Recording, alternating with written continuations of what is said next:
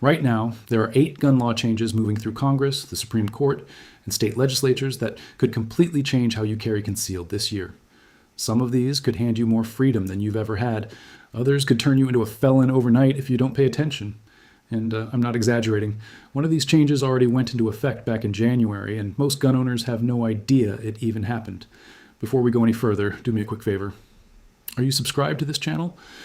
Because here's the thing. About 90% of gun owners miss critical legal updates like the ones I'm about to break down. They find out about new laws the hard way, usually during a traffic stop or at a gun store counter. I don't want that to be you. Hit subscribe right now so you're always in the loop. All right, let's get into it. Number 1, the National Constitutional Carry Act. This one is massive. In March of this year, Senator Mike Lee from Utah introduced a bill called the National Constitutional Carry Act. Here's what it would do in plain English. It would eliminate concealed carry permit requirements across the entire United States. Every single state. That means no more permits, no more fees, no more jumping through hoops just to exercise your Second Amendment right.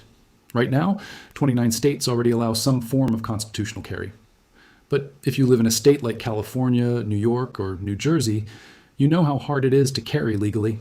This bill would change all of that. It would also stop state and local governments from criminalizing public carry for eligible citizens. Now, here's the part most people miss.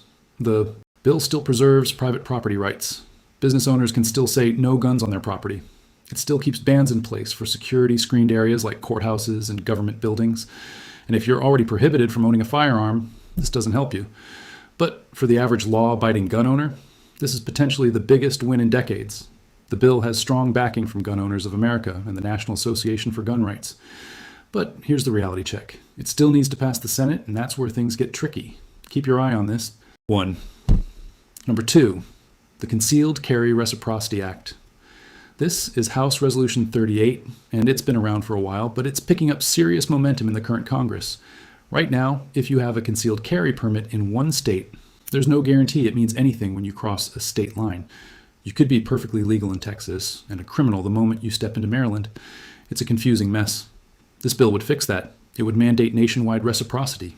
That means your concealed carry permit from your home state would be recognized in all 50 states. Even in states that have their own permitting process, they would have to honor your rights as a carrier from a constitutional carry state. The bill currently has 189 co-sponsors in the House, and it's been placed on the union calendar. That's a real sign it's moving. But the Senate is a different story. It would need 60 votes to overcome the filibuster, so it's not a done deal. But the fact that it's even this far is something every gun owner should be watching. Here's a hypothetical example to explain why. This matters. Let's say you live in Georgia and you're driving to visit family in New Jersey. Right now, you'd have to unload your firearm, lock it in your trunk, and basically pretend you don't have it until you get back to a friendly state.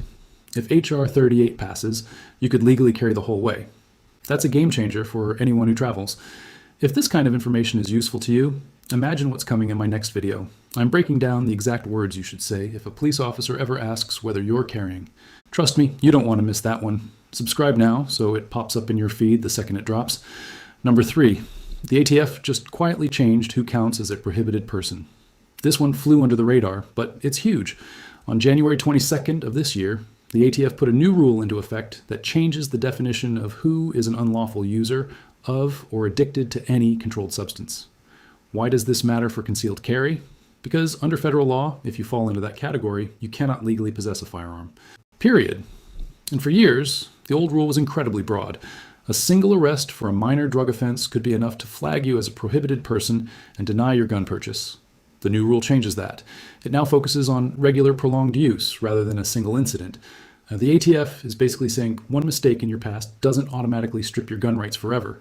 This is a legal construct, not a medical diagnosis. They're looking at patterns, not isolated events. If you were ever denied a firearm purchase because of a past misdemeanor drug charge, this rule change might affect your status. Now, quick legal note, this is educational information, not legal advice. Always consult an attorney for your specific situation. But this is the kind of change that could restore rights for a lot of people who were unfairly caught up in the system.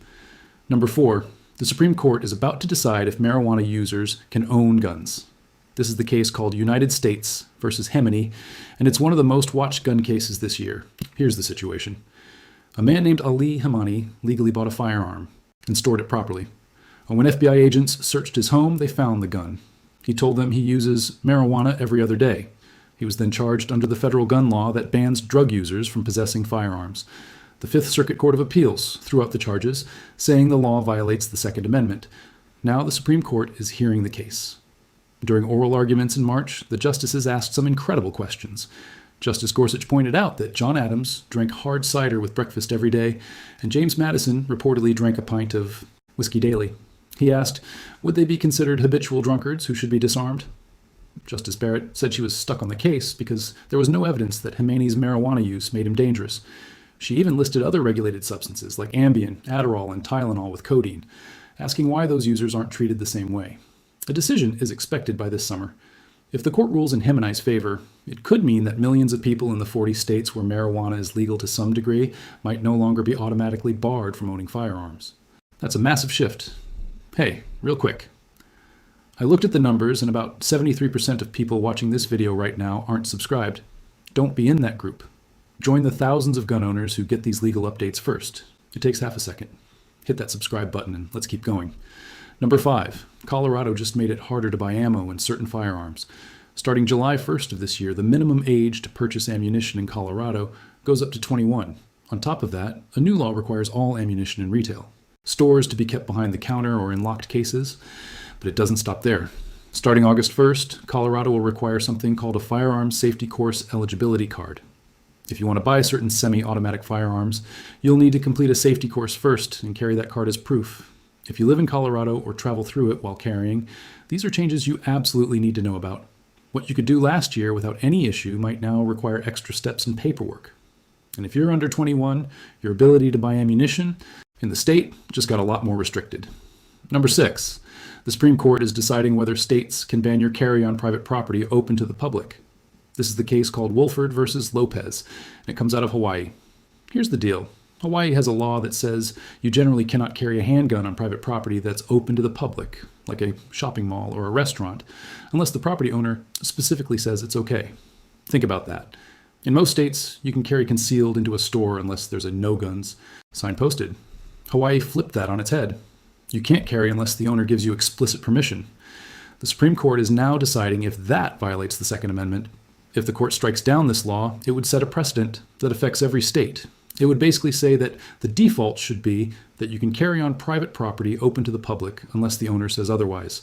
But if the court upholds Hawaii's law, other states could follow suit and require you to get affirmative consent before carrying into any business. That would be a nightmare for concealed carriers. This case is one to watch very closely. Number 7, Virginia is trying to ban entire categories of firearms you might carry.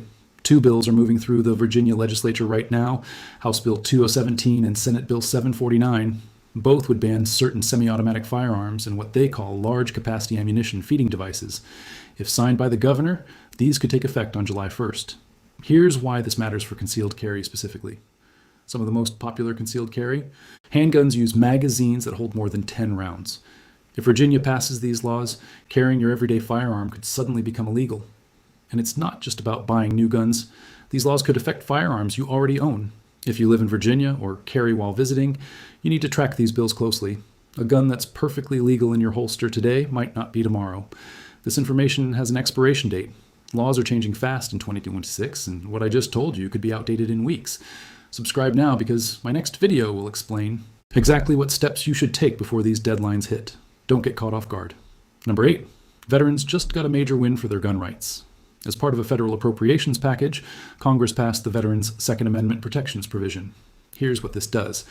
For years, the Department of Veterans Affairs could report veterans to the federal prohibited persons database, basically stripping their gun rights without any real due process. Maybe a veteran had a financial guardian appointed to manage their benefits. That alone could flag them as mentally unfit and take away their gun rights. The new law changes that. Now, the VA must go through proper due process before reporting any veteran to the system. That means a real legal proceeding, not just an administrative decision. This is a direct win for the hundreds of thousands of veterans who were unfairly flagged. If you're a veteran, or you know one, this is something to celebrate. Your service to this country should never be the reason you lose your constitutional rights. All right, let's bring it all together. There are 8 major changes happening right now in 2026 that touch every aspect of your concealed carry life.